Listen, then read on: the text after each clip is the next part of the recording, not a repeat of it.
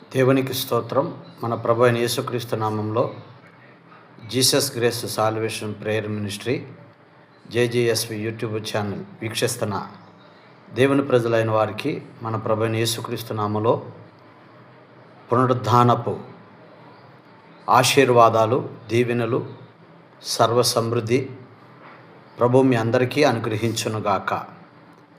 దేవుని బిడ్డలారా, మత్తయి సువార్త 28వ అధ్యాయము 6వ వచనములో అక్కడ స్త్రీలు యేసు ప్రభుని వెతకటానికి వచ్చినట్టు దేవుని దూత వచ్చి, మీరు మృతుల్లో ఉన్న ఆయన్ని ఎతుకుతున్నారు, ఆయన మీతో చెప్పినట్టుగా లేచాడు అని చెప్పేసి మత్తయి సువార్త 28వ అధ్యాయము 6వ వచనములో లేఖనం సెలవిచ్చుచున్నది.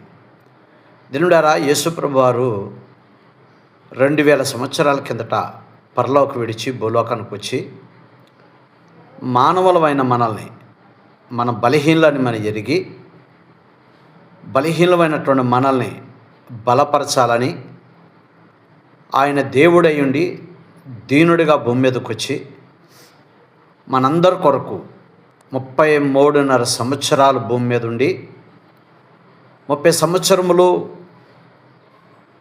శారీరకంగా ఉన్నటువంటి తన తల్లి స్వాధీనంలో ఉంటూ మిగిలిన 3.5 సంవత్సరాలు తాను పరలోకం నుంచి భూలోకానికి వచ్చినందుకు, ఆ భూలోకానికి ఎందుకు వచ్చాడో భూలోక ప్రజలు తెలియటాని కోసం ఆయన భూమి మీద 3.5 సంవత్సరాల కాలంలో ప్రపంచమంతా తెలుసుకునేటట్లుగా యేసుప్రభు వారు గొప్ప గొప్ప కార్యాలు చేశారు. ఆయన పుట్టుగుడ్డు వారికి చూపినిచ్చారు, కుంటి వారికి నడకనిచ్చారు, అలాగే దెయ్యం పట్టిన వాళ్ళ వారిని విడిపించారు, కుష్ఠరోగులను శుద్ధులను చేశారు, సేనాదెయ్యం పట్టిన వారిని విడిపించారు.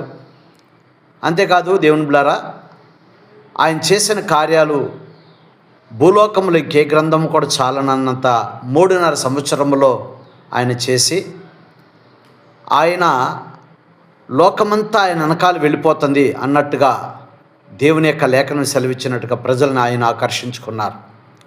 ఆయన 12 మంది శిష్యులను ఏర్పాటు చేసుకున్నారు.